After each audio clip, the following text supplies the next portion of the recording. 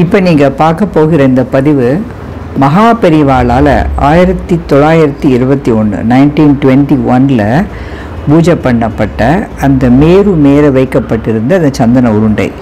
இது இப்போது திரு பாம்பே ஸ்ரீதர் அவர்கள்கிட்ட இருக்குது. இதுக்கு முன்னால் சில வீடியோக்களில் அவர் நம்மளுக்கு தெரியாத மகா பெரியவாளோட சம்பந்தப்பட்ட நிகழ்ச்சிகளை நம்ம சேனலில் பகிர்ந்து கொண்டிருக்கிறார்.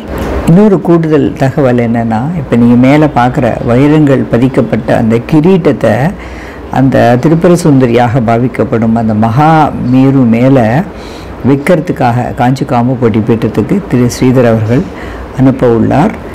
அதை தரிசனம் பண்ணுறதே நம்மளுடைய கண்களுக்கு ஒரு பெரிய பாக்கியம்னு நினைக்கிறேன்.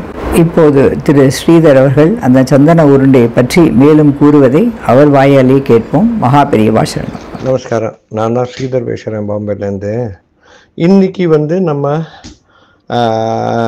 காஞ்சி காமகோட்டி பீட்டாதிபதி 68வது ஆச்சாரியால் ஸ்ரீ சந்திரசேகரேந்திர சரஸ்வதி சுவாமிகள் 1921 1921 அந்த காலத்தில் ஒரு சந்திரமௌலீஸ்வரர் பூஜை, அவளோட நித்திய பூஜை பண்ணினதுக்கு அப்புறம் அந்த அம்பாள் மேரு அதை பூஜை பண்ணுவாள். அம்பாள் திரிபுர சுந்தரி.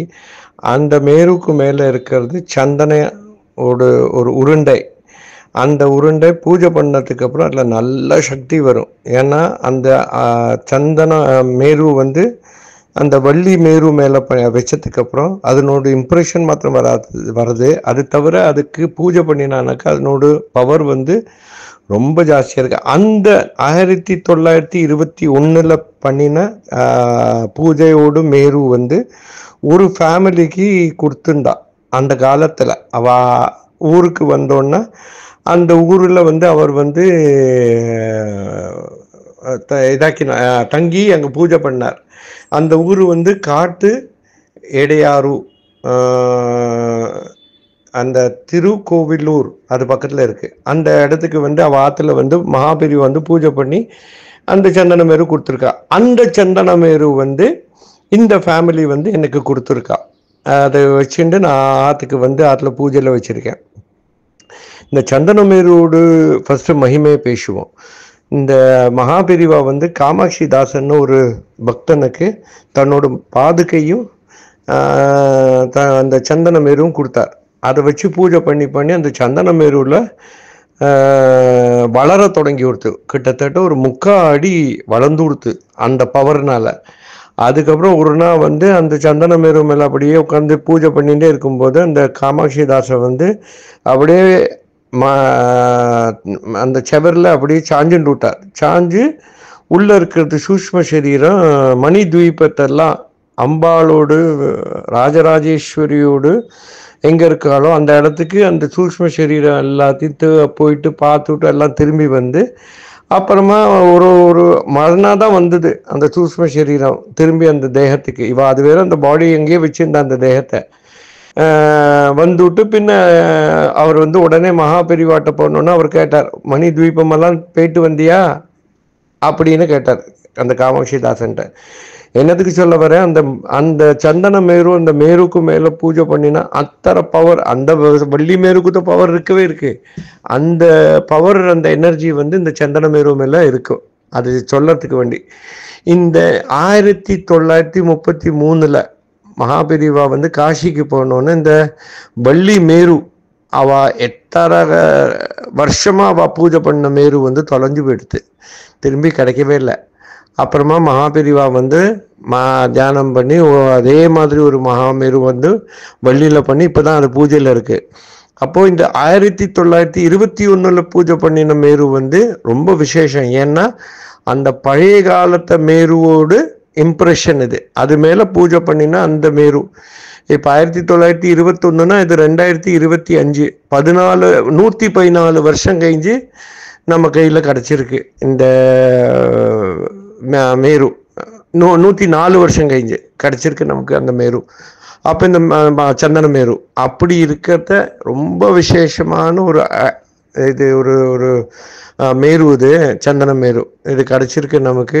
அதனால் என்னோட குரு, என்னோட மகாபெரிவாலும் என்னோட குரு ஸ்ரீ ஜெயேந்திர சுவாமிகளோட அனுகிரகம் தான் அதனால தான் நமக்கு கிடச்சிருக்கு. இப்போ பூஜையில் வச்சுருக்கோம். இதனோட ஃபோட்டோ வந்து மேலே கொடுத்துருக்கோம். சந்தன மேருவோட ஃபோட்டோவும் அதுக்கு அடியில் இருக்கிறது இம்ப்ரெஷனும், அந்த பழைய காலத்து மேருவோட அந்த இம்ப்ரெஷனும் இதில் ரெண்டுத்தையும் காமிச்சிருக்கோம் எல்லாருக்கும் தரிசனம் பண்ணுறது. நமஸ்காரம். இப்போது தான் பெற்ற இன்பம் பெருகை வையகம் அப்படின்னு அந்த சந்திரமேருவை பற்றி நமக்கு தெரியாத இத்தனை விஷயத்தையும் சொன்னதோடு இல்லாமல் அதோட படத்தையும் அது உள்ளே இருக்கிற அந்த மேருவோட இம்ப்ரெஷனோடு அமைச்சிருக்காரு. அவருடைய பரந்த உள்ளத்தை எத்தனை பாராட்டினாலும் தகும். இப்போ நீங்கள் மேலே பார்க்குறதும் அவர் அனுப்பின ஃபோட்டோ தான். இது என்ன தெரியுமா, அந்த காமாட்சிதாசன் மாமாவுக்கு மகா பெரியவா கொடுத்தாரு சொன்னார் இல்லையா, அது தானாகவே ஒரு காமாட்சி அம்பாள் மாதிரி கொஞ்ச நாளில் வந்து வளர ஆரம்பிச்சிருது அப்படிங்கிறதையும் நம்மளோட ஷேர் பண்ணிட்டார் இல்லையா திரு ஸ்ரீதர்.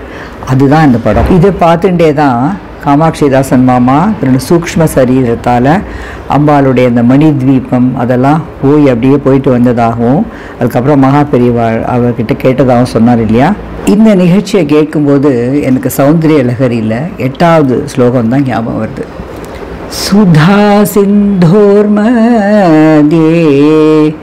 சுரவிடபி வாட்டி பரிவ்ருதே மணித்வீபே நீப உபவனவதி சிந்தாமணி கிருஹே சிவாகாரே மஞ்சே பரமசிவ பர்யங்க நிலையாம் भजन्ति त्वां धन्याः कतिचन चिदानन्दलहरीं. சுதா சிந்தோர் மத்தியே அப்படின்னா அமிர்தக்கடலோட நடுவில், சுரவிடபி வாட்டி பரிவிருத்தே கல்பக விருட்ச தோப்புகளால் சூழப்பட்ட மணித்வீபே ரத்ன தீவில் நீப உபவனவதி கதம்ப மரங்கள்லாம் நிறைந்த அந்த உத்தியான வனத்தோடு கூடிய சிந்தாமணி குருஹே சிந்தாமணி கிரகத்தில் சிவாகாரே மஞ்சே பரம மங்களமான சிம்மாசனம். இந்த இடத்துல சிவான மங்களம்ங்கிற அர்த்தம். பரமசிவ பரியங்க நிலையாம் பரமசிவனுடைய மடியில் அமர்ந்திருக்கும் சிதானந்த லஹரி ஞான ஆனந்த கடலோட அலை போன்ற ஒன்றை தன்யாக யாரெல்லாம் புண்ணியம் பண்ணியிருக்காங்களோ ஒன்றை அவர்கள் தான் கதிச்சன சிலர் தான் பஜந்தி வழிபடுகிறார்கள் அப்படின்னு பாடியிருக்கார் ஆதிசங்கரர். அந்த மாதிரி அந்த காமாட்சிதாசன் மாமா மகா பெரியவா கொடுத்த அந்த சந்தன உருண்டையால் இந்த சிந்தாமணி கிரகத்துக்கெல்லாம் போயிட்டு வந்ததையும் அதை மகா பெரியவா கேட்டதையும் ரொம்ப சுவைப்பட நம்மள்கிட்ட சொன்னார் திரு ஸ்ரீதர் அவர்கள். அவர் சொல்லாட்டா இந்த விஷயமெல்லாம் நம்மளுக்கு தெரியவே வாய்ப்பில்லை. இப்படி தனக்கு தெரிஞ்ச நல்ல விஷயங்களை சொல்கிறதும் ஒரு பெரிய புண்ணிய காரியம்தான் இல்லையா. அவருக்கு நமது மனமார்ந்த நன்றி. மகா பெரியவா சரணம். ஜெய ஜெய சங்கர ஹரஹர சங்கர.